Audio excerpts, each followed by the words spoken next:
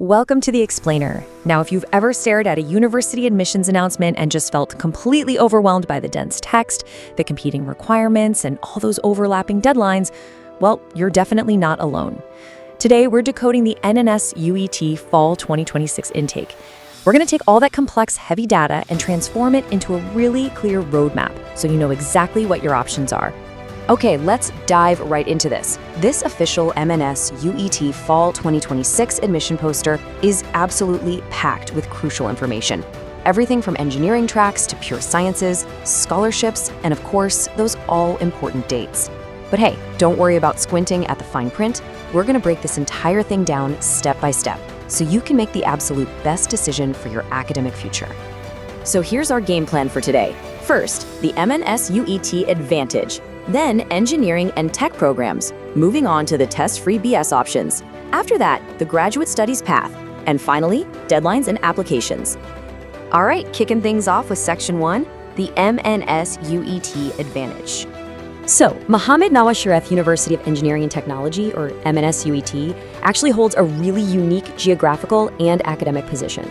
Located right in Multan, it stands proudly as the very first public sector engineering university in South Punjab. Now, the institution frames itself as a center of excellence, innovation, and integrity. And honestly, that's not just a catchy tagline. It represents a major push to bring top-tier accessible engineering education to a strategically vital region. Meaning, if you're a student from the South, you no longer have to travel all the way across the country for premier technical education. Moving right along to Section 2, Engineering and Tech Programs. The university is actually offering two distinct but parallel undergraduate tracks here. First up, you have the BSc engineering programs, specifically electrical, chemical, and food engineering. And all of these carry PEC accreditation level 2. But right alongside those, they offer a massive list of Bachelor of Engineering technology degrees. We're talking civil, mechanical, software, chemical, architectural, and electrical. And the poster explicitly notes that these technology tracks boast well placement in job market. This signals a very practical, hands-on approach that's designed for immediate industry entry. Now, what's really interesting about this slide is this critical 10% eligibility distinction. If you're aiming for the traditional BSc engineering degree, your academic bar is set at a strict minimum of 60% marks in your intermediate or equivalent exams. However, if you look at the engineering technology route, that requirement actually drops to 50%. This 10% difference, it's absolutely crucial for students whose marks might be hovering right on that borderline. It provides a fantastic, high-quality alternative path into the tech industry. But here's the catch, or the great equalizer, really. Whether you choose the engineering route or the technology route, you simply cannot escape the entry test. A valid ECAT 2026 score, or taking the specific MNS-UET entry test, is strictly required. There are literally no exceptions for these specific programs. But hold on, let's see how this builds into our next section, because the university actually offers a completely different pathway for other disciplines. Which brings us to Section 3. The test-free BS options. Yes, you are reading that right. Printed in bold right there on the poster, no entry test requirements for BS programs. If the pressure of the ECAT or the MNS-UET entry test feels like a major roadblock for you, well, the university has just opened up a massive alternative opportunity.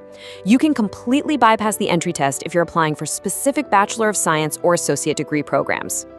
Let's break down exactly how these test-free options are organized. Basically, your intermediate marks dictate what you can study. For the super high-demand computing, tech, and business programs, things like computer science, AI, cybersecurity, or a BBA, you're going to need a minimum of 50% in your intermediate exams. But if you're passionate about pure sciences and mathematics, think physics, chemistry, or environmental sciences, that required mark drops down to just 45%. This tiered system makes higher education incredibly accessible to a much broader range of students. Now, I do need to point out one quick caveat straight from the source material. An asterisk on the poster notes that admissions to the computing programs are currently subject to Higher Education Commission, or HEC approval. Now, this is a pretty standard administrative hurdle for growing universities, but it's definitely an important logistical detail you should be aware of if computer science or AI is your primary goal. Moving into Section 4, Graduate Studies Path. And this brilliantly illustrates how the academic rigor scales up as you climb the postgraduate ladder. To get into an MSc, MS, or MBA, you need 16 years of relevant education, a minimum CGPA of 2.0, and at least 50% marks on the subject test. But look at the jump when you aim for a PhD. You suddenly need 18 years of education. The CGPA requirement jumps to a 3.0, and you need at least 60% on your university subject test, though they do also accept the GRE or HAT General for PhD candidates to ensure HEC eligibility compliance. So currently, graduate and doctoral candidates are being accepted into 3 core academic disciplines: chemical engineering, electrical engineering, and business administration. It's a very focused postgraduate offering, clearly designed to build highly specialized experts and researchers in these high-impact fields. And finally, Section 5, Deadlines and Applications. First off, the MNS-UET perks are incredibly robust. They boast an extensive financial aid network.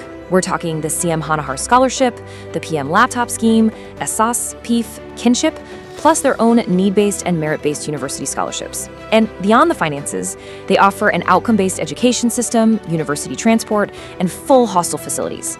They make it abundantly clear that admissions are open to applicants from all over Pakistan, and they have genuinely built the campus infrastructure to support out-of-town students.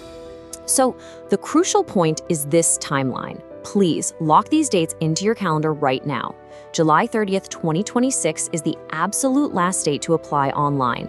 There is zero wiggle room there.